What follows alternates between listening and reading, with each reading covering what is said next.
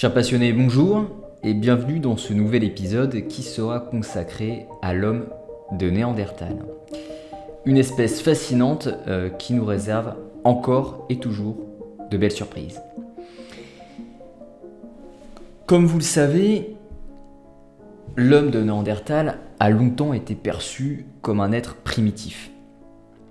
Mais suite aux avancées de la recherche archéologique, nous pouvons considérer cette espèce comme un membre à part entière de l'histoire humaine.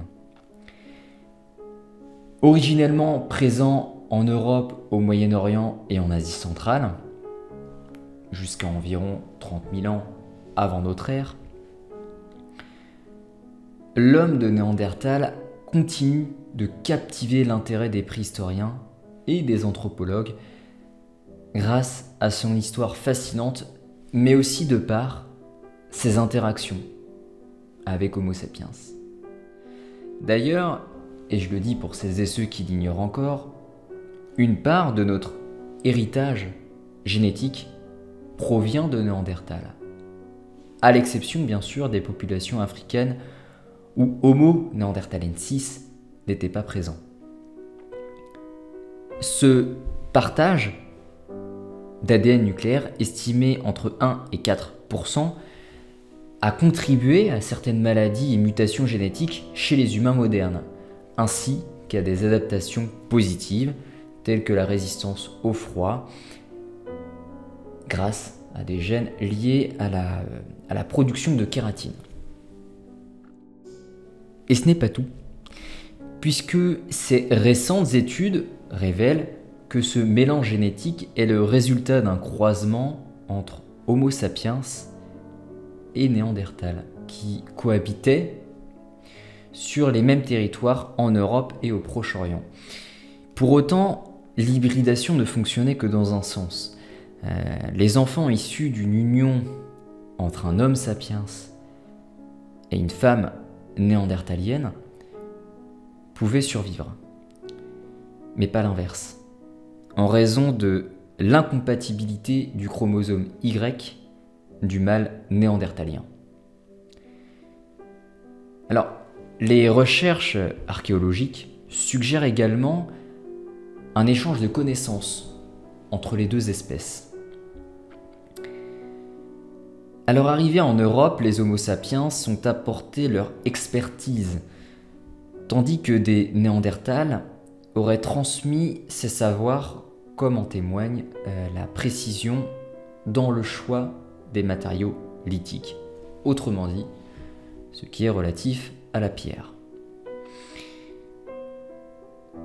D'autres découvertes laissent entrevoir des aspects fascinants de la vie de Néandertal, comme la possibilité qu'ils hibernaient pour survivre aux hivers rigoureux, ou encore leur régime alimentaire riche en viande, avec une consommation quotidienne estimée entre 4000 et 6000 kcal, principalement constituée de grands herbivores. Mais là où j'ai été agréablement surpris, c'est lorsque j'ai pris connaissance d'une étude effectuée par une équipe de chercheurs franco-espagnols qui a mis en lumière la pratique de rites funéraires et parfois de cannibalisme chez les populations néandertaliennes.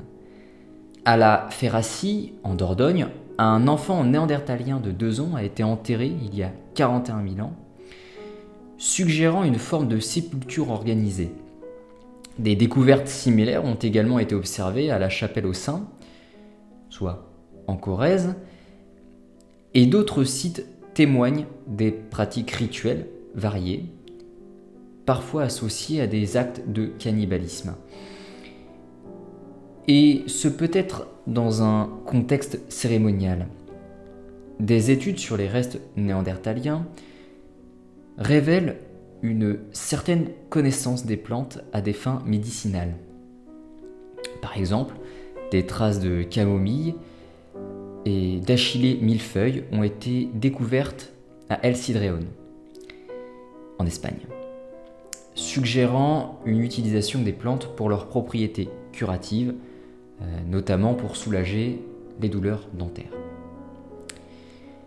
Et en ce qui concerne l'artisanat, eh bien Néandertal se démarque par sa capacité à créer des pièces uniques, en harmonie d'ailleurs avec son environnement naturel.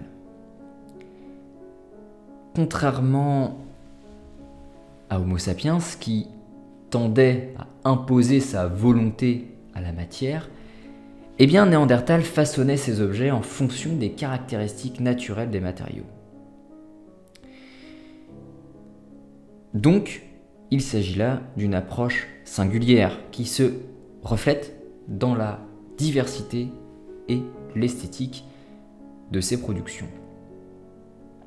Alors la disparition de Néandertal pourrait s'expliquer par des différences fondamentales dans la manière de concevoir le monde entre les deux espèces.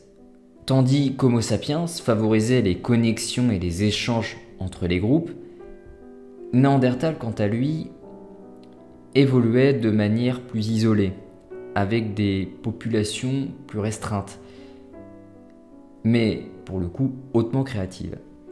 Cette divergence de perspective aurait pu jouer un rôle dans leur confrontation et éventuellement dans la disparition de Néandertal. Alors pour plus d'informations concernant cette espèce, les sciences ou encore la philosophie, eh bien je vous invite à vous rendre sur mon site internet. Vous y trouverez également les sources des informations que je partage. Et pour celles et ceux qui auraient d'autres questions, eh bien n'hésitez pas à me contacter sur les réseaux sociaux. Tous les liens sont d'ailleurs en description. Sur ce, portez-vous bien et à bientôt.